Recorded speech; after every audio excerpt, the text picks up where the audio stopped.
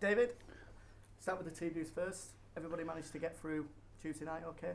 Yeah, everybody's fit and well. I think it's a difficult game the other night, 120 minutes, so we just take it easy on the players on Wednesday and this morning. So hopefully they'll get plenty of recovery time, and tomorrow we'll do very little before we play Oxford on Saturday.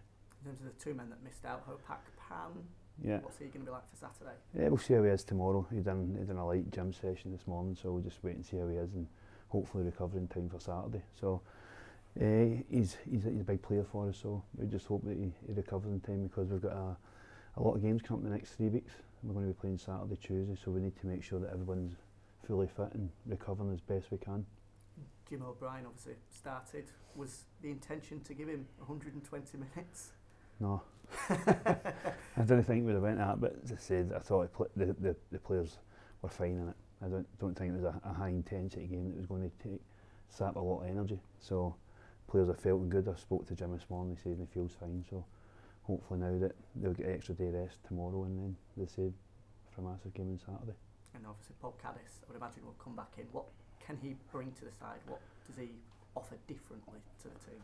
Yeah, I think you've seen it. Peterborough, he can defend.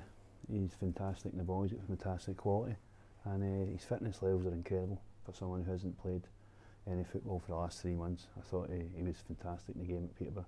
He adds that experience, and he's very good 1v1 defending. So his experience, his all-round character, and it's something that I think we need to bring more of into the club. But as well as his defensive stability, does he also offer you an option going forward as well? Yeah, of course. I think you can see last week when he played, he's got a quality delivery.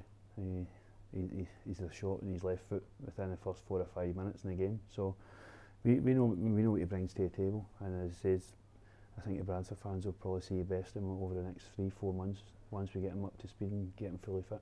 Often when you come into a new workplace, you might sort of take a bit of time to warm to everyone for your true character to show. Is that what you've seen with him, or has he instantly become an important voice within the dressing room? No, I think he's a quiet character in the dressing room, but he's different when he goes on the pitch and in the dressing room on a Saturday. No, he's fitted in well. He's an experienced player. He's played Championship most of his career, so he knows when he's going to big clubs and knows where he's going to play, and he's composed, and I think that's the thing we need now. He's a calming influence more than a leader and a shouter.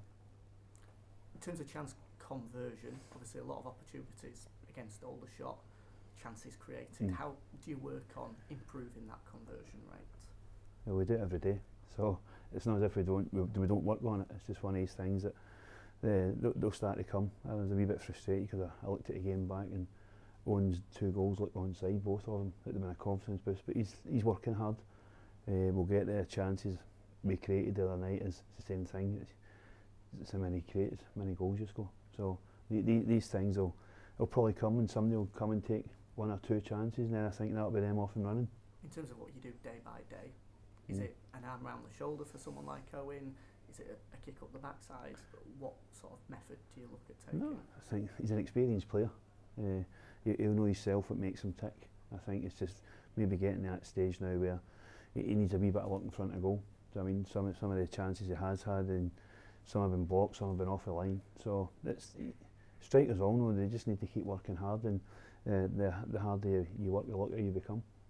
In terms of strikers as well, obviously Kai Brunker came on and played his part in getting the goal. What have you made of Kai since you've come in? Yeah, I think he gets a lot of stick, a lot of unfair criticism. I think anybody that's about the training ground knows he's very likeable. He's one of the most popular boys in the squad. He works extremely hard in training, and as I said, since he's come in, I think now he's improving. I think he's come on and he gives us something different we don't have, and I think he gives everything he's got, every ounce he's got for Bradford City. So even though he might lack in quality, he makes up with desire and passion, and he's got a passion to play for the club. You've seen even in your short time here that he is sort of making strides forward as a player. Yeah, he's different for what we have. So this moment in time, he's the only option we have as a target man. So I think he comes in, doesn't moan, works hard, tries to get better, tries to improve, and as I says, that's all you can ask from players. And he's one of the ones that comes in with a smile on his face every single day, trying to improve. does he have the quality to be starting in a League One game at the moment, or is he still just I think that's an unfair question to ask. Why would you ask that? He's at Bradford, so he's been here. So, yeah, of course he has. He's been my thoughts all the time. Everybody here has. So, I think it's a bit an unfair question to ask someone that about a player. I apologise to Kai, just wondering, sort of, as he gives off as something different and being the only target man, sort of whether you don't have another option in terms of you trying to go in that direction. Well, you've seen me don't, so I don't see where you're asking the question. He's the only target man we have at the place, so you ask me questions that it's impossible to answer. Okay, no problem. In terms of Jake Reeves, obviously you've mentioned last week about, I think there's 4 or 5 of the lads that are coming back. How far off is he at this point? I don't know. His recovery's not went as well as we thought, so I just think it's one of the ones you'd need to speak to physio about it, because every time we get close to Jake coming back, then someone else seems to crop up with another injury. So I think that's something you need to ask the physio department about. For the game on Saturday, obviously quite an important one. How are you viewing it in terms of the importance throughout the games that you've been here so far? I think every game's important. I think it's going to be a fantastic occasion. I think the club have done fantastically well to do the game for a £1 entry, which is fantastic. We try and get as many Bradford fans down and hopefully get behind the team, because at this moment in time that's what we need. We don't need any negativity, we need positivity now. And as I say, we need to stick together, and everybody needs to make sure that when they do come, they support the team, and the players will respond to that. And every time they do, I think we get a really good performance at home, and it's a massive game for us, and we need to make sure that we go in, we're competitive, and we try and get a result. So every game's important, which obviously it is, but because of the extra fans there with the £1 scheme, because of their league position, does it feel like there is a little bit more on the line in this game? Yeah, I just think it's one of the games now where everybody's looking forward to it. I think we had a fantastic point at Peterborough. We've won the other night, even though it's against Aldershot. I thought it was a tough game, and it's the players' mentality is changing, and these things will help the players. I think the fans who'll turn up on Saturday can really spur us on and hopefully get us a victory that we desperately need. Obviously, there's going to be quite a challenge with Oxford as well, having been 9 unbeaten themselves. Does it underline the size of the task for Bradford City, the fact that they have gone 9 unbeaten yet still find themselves only a point adrift? Yeah, I think it is. I think it's a tough league. I think they've done well, as you say. They've got nine games unbeaten, and it's going to be a challenge. We know every game is going to be, but as I say, the players are getting there. Players are getting there with fitness, strength, and the mental strength's the biggest thing that I can see now. And as I say, we need to make sure that if the game is 0-0, whatever, the fans stay with us and stick with us, because we need to make sure that we get a positive result. Thank you. No problem. Obviously, you only look to the game coming up, but that bit further ahead is Christmas, a lot of games coming up. How important is it that you not only get the squad that you've got fit, but you do try and get some other players in, so you've got options? Yeah, it's November now, Peter. We're not going to get many players in now. I think the players we do have, we need to make sure that they stay fit, we look after them. And we know it's going to be a challenging time between now and Christmas. I have players lined up, hopefully, to come in January, but we need to make sure that we're still away, try and get away from the relegation zone as quick as we can. I think the players are giving it everything they've got to try and get us away, but we all know that we're 3-4 players short every time I pick a team. We're asking players, I keep repeating myself, to play in positions they don't want to play in, and I say, but it's all for the good of how we can get results up until January time, and as I say, we'll assess it, and we'll get players in who's going to help the players that we do have here. Although you weren't here last season, the pitch is so much better this year. That must be a pleasing thing for you, that you've got a good surface to play on. Yeah, as I said, I've seen games from last season, and it was a wee bit muddy, choppy, whatever you want to call it. But as I say, the club's spent money to get it prepared and get it done right, and it helps us. I think it helps everyone. But as I say, we need to just make sure now we try and focus and we concentrate, and we need to make sure between now and Christmas that we're very hard to beat, difficult to beat. And as I say, you've seen that in the last few games, that we've stopped conceding goals because we do have players back. We have midfield players back now, and I think over the games that we have played well, it's probably time that we've had a really strong 11 and a strong bench. Is some of that being patient in games, not chasing it and leaving yourself open at the back?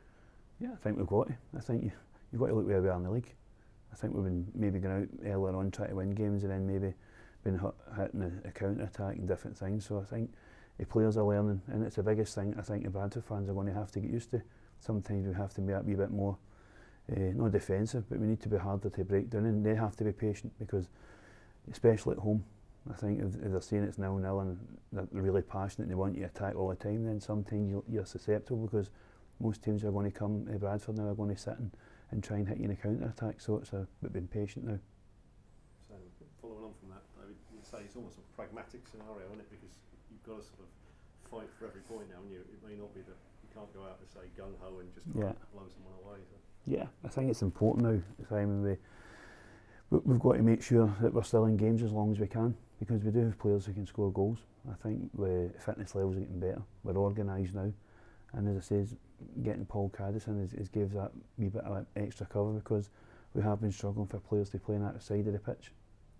You can see more of a balance, couldn't you, Peterborough? Yeah, I think it's the first time that I've had.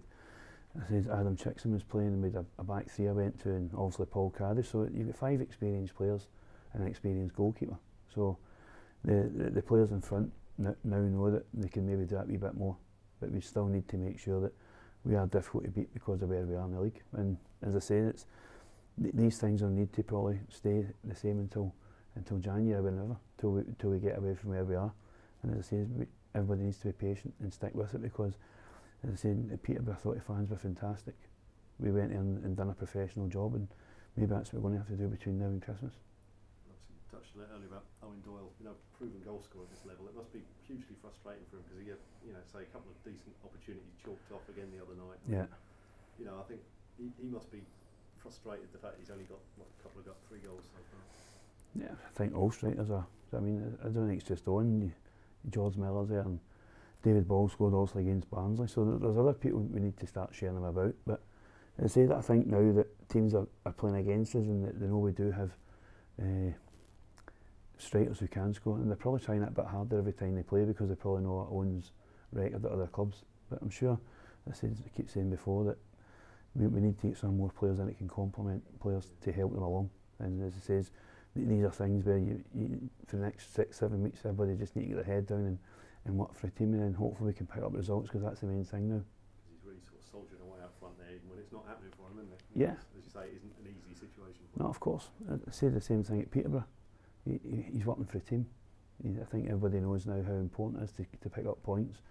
I think Peterborough's no selfishness, but their own thing, their own goals to go and score goals is maybe taking a back seat now because of where we are.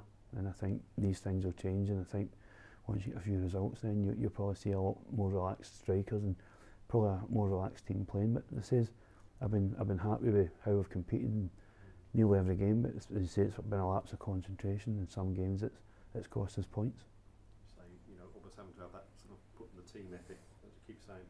But for strikers, it must be quite difficult, for them because of obviously, they'll naturally put themselves under pressure, won't they? They'll sort of see their number of goals they've scored and think, well, hang on a minute, I've only scored that many from that many games. Yeah. Even though they're putting in the performances, so mentally they stay quite strong then, haven't they? Yeah, I think you have, but you've got to look at recruitment. There's no wingers. Yeah. So, your question answered. People keep asking about Owen Doyle, how he doesn't get we're not getting any wingers. So you're not getting any supply. So the recruitment's a lot to be desired. And as it says, when I'm still picking teams, then I'm still 3-4 players short of how I want to play. And I think the fans have got to be patient with that because we're looking at it now and we don't have anybody who can play. We've got to try and find systems to fit people who we can play into a team to make sure we can get a structure in the field. And it is difficult, but these things will change, as I say, once January comes. How long do you think, in an ideal world, how long do you think you'll be able to take it before you can get that balance within the squad and you get the squad sort of, so it's not... January. That's it in a nutshell, it's January. There's nothing else I can do. A few sort of deals, I mean, I know it's not easy to just say flick a switch and they'll go bang, but I mean, are you sort of keeping constantly on top of them so that they're there and sort of bubbling under ready for... Yeah, of course, as I say, I work tirelessly to try and get players in, and it's just making sure that come January time people make sure that we're ready to come in. I'm hoping when we play the first game on January 1st that there's new signings in the team. I'm not going to wait until January opens and then try and get players in. It needs to be done. So when we play the first game on January 1st, that hopefully there's 4 or 5 new faces in the team. Yeah. Name tags on. Yeah. No, as I said, it's these things now. That's what I can do to January. I just have to. We have to go along, and it's not any detriment to the players. It's just the recruitment and the way it's been done. So these things make it difficult, nothing else. David, what's your assessment of Oxford United going ahead into this Saturday's game? Yeah, I think they've been fantastic. I think the run they've went on from where they were in the league, they've got an attacking squad of players, and they can hit you in a counter attack, and that's one thing that we need to be careful of on Saturday. And we spoke about the Valley Parade sleep out on Tuesday. Do you have any words of encouragement for those sleeping out tonight? Yeah, I know it's for a great cause. I think anybody that's doing it is really positive. I think it's great that a club have allowed them to go in and do it. So it's a fantastic thing, and it's for a great charity. And I think a lot more people should take a lot more awareness of it.